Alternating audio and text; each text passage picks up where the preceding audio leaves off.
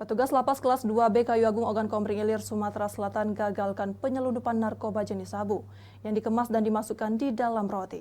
Petugas curiga karena roti yang dikirim segelnya sudah rusak. Upaya penyelundupan narkoba di Lapas Kelas 2B Kayu Agung Kabupaten Ogan Komering Ilir digagalkan petugas yang mendapati roti kemasan yang ternyata telah diisi dengan narkoba jenis sabu di dalamnya.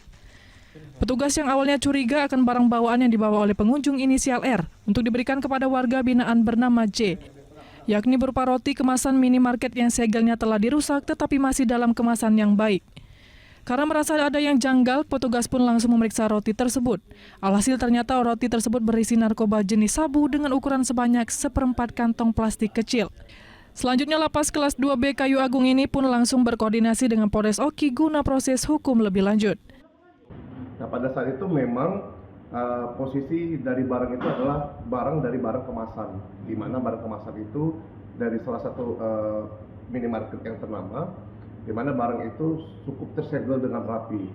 Sudah kami periksa itu dengan di tahap awal dan memang sudah kita periksa dan masuklah ke pintu utama, di pintu gedung 2 tetap.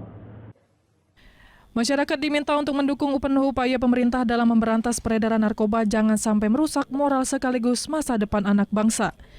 Dari Ogan Komering Ilir, Fitriadi, iNews melaporkan.